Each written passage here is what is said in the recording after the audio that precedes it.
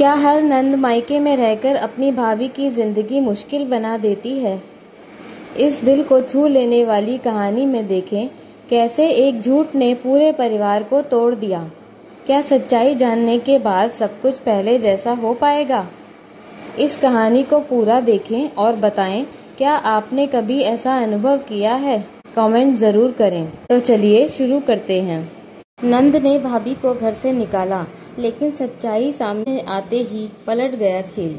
शाम के समय सरोज देवी सब्जी लेकर घर लौटी तो उन्होंने देखा कि रसोई से बहू अंजलि और बेटी नीलू की आवाजें आ रही हैं। सरोज देवी थकते हुए बोली, क्या हुआ अंजलि, तुम दोनों हर दूसरे दिन क्यों उलझ जाती हो? अंजलि गुस्से में बोलती है, माँ जी आप तो मेरी सुनती ही नहीं।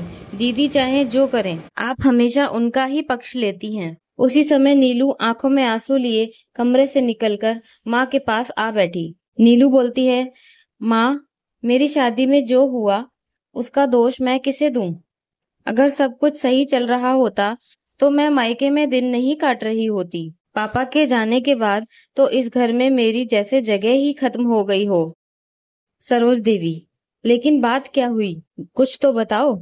मैंने बस इतना कहा कि जब भी नीलू नहाए तो अपने कपड़े खुद धो दिया करे, वरना अगले दिन तक वही पड़े रहेंगे। नीलू, हाँ क्योंकि मैं सबसे आखिरी में नहाती हूँ ना, तो इन्हें परेशानी होती है। भाभी अपने भैया और बच्चे के कपड़े धो सकती हैं तो मेरे क्यों नहीं? अंजलि, नीलू तुम्हें गलतफहमी हो रही है, मैं थक जाती हूँ। जब तुम नहा रही होती हो तब तक मैं काम निपटा चुकी होती हूँ। सरोज देवी गुस्से में, अब मेरी बेटी तेरे हिसाब से नहाएगी? दो कपड़े अगर छूट जाएं तो क्या आफत आ जाएगी? अंजलि उदास होकर, ठीक है माँ जी, मैं अब चुप हो जाती हूँ। अंजलि चुपचाप अपने कमरे में चली गई, जबकि नीलू गुस्से से अपना सामान पैक करने लगी।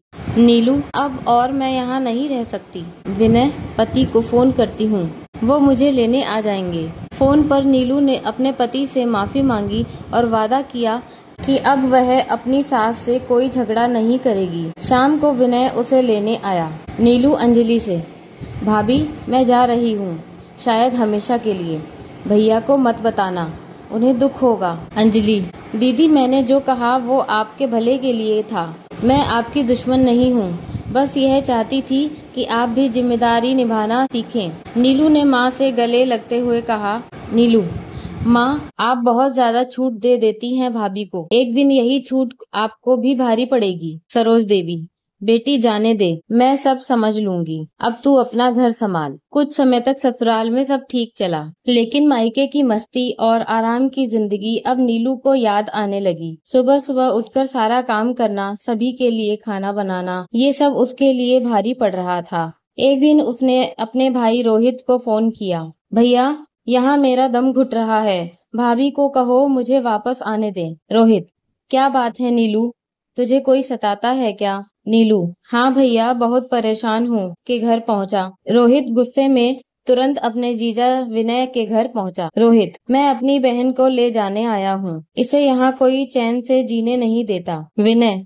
भाई साहब जरा सोचिए, हमने क्या किया है? नीलू बिना कुछ कहे अपने सामान को लेकर भाई के साथ मायके लौट जाती है। घर लौटकर रोहित ने अंजलि से कहा, रोहित अगर तुम्हें मेरी बहन की मौजूदगी से दिक्कत है तो तुम चाहो तो अपने मायके जा सकती हो। अंजलि चुपचाप अपने कमरे में गई और अगली सुबह अपना सामान लेकर मायके चली गई। नीलू, भैया भाभी को मत भेजो, मैं उनके साथ रह लूंगी। उसी वक्त दरवाजे पर विनय खड़ा था। उसकी बात सुनकर बोला, विनय भाभी चली गई तो तुम्हें काम करना पड़ेगा ना, इसलिए यहाँ रहना चाहती हो? रोहित हैरान होकर, नीलू क्या ये सच है? नीलू शर्म से, भैया सॉरी, मैंने झूठ बोला था, वहाँ काम करना पड़ता था, यहाँ तो आराम था, भाभी ने कभी मुझे कुछ बुरा नहीं कहा। सरोज देवी, बेटी घर चलाने के लिए समझदारी चाहिए, चालाकी नहीं। अब यहाँ रहने की जरूरत नहीं। रोहित, बहन मुझे माफ कर। विनय जी आप चलिए, हम नीलू को उसके घर वापस भेजते हैं। अंजलि, दीदी जो हुआ सब भूल जाइए, अब नया रिश्ता शुरू करते हैं। नीलू रोते हुए, भाभी मुझे माफ कर दो। और नीलू एक नई समझ और परिपक्वता के साथ अपने ससुराल वापस लौट जाती है। कहानी अच्छी लगी तो सब्सक्राइब करें चैनल को, और भी इंटरेस्टिंग ऐसी कहानियां देखने के लिए शेयर करें अपने दोस्तों के साथ, और कमेंट करके जरूर बताएं कैसा लगा आपको ये वीडियो। धन्यवाद।